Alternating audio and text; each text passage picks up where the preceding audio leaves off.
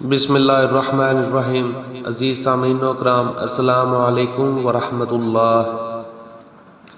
عزیز ساتھیو، آج میں آپ کی خدمت میں کسی ظالم شخص سے عصمت کے تحفظ کے لیے ایک بہترین دعا پیش کر رہا ہوں، اور آپ کی خدمت میں ایک حدیث نبوی پیش کر رہا ہوں جس سے اس دعا کی فضیلت نمایاں ہو جاتی ہے۔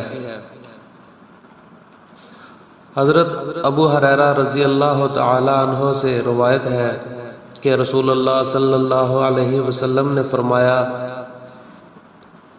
حضرت ابراہیم علیہ السلام نے حضرت سارہ علیہ السلام کو ساتھ لے کر ہجرت کی تو ایک ایسی بستی میں پہنچے جس میں بادشاہوں میں سے ایک بادشاہ یا ظالموں میں سے ایک ظالم رہتا تھا۔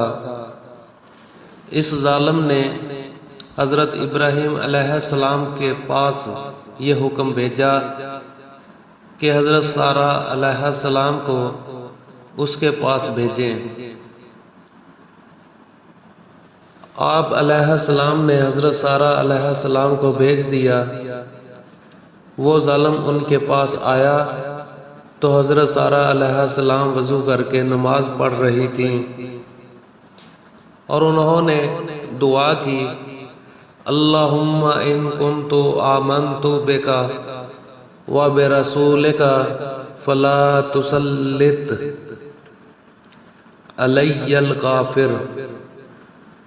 اے اللہ، اگر میں تجھ پر اور تیرے رسول پر ایمان لائی ہوں تو تو مجھ پر کافر مسلط نہ کرنا۔ پھر ایسا ہوا کہ وہ کمبخت بادشاہ اچانک خراٹے لینے لگا اور گر کر پاؤں ہلانے لگا۔ صحیح بخاری حدیث نمبر 6950۔ السلام علیکم ورحمۃ اللہ۔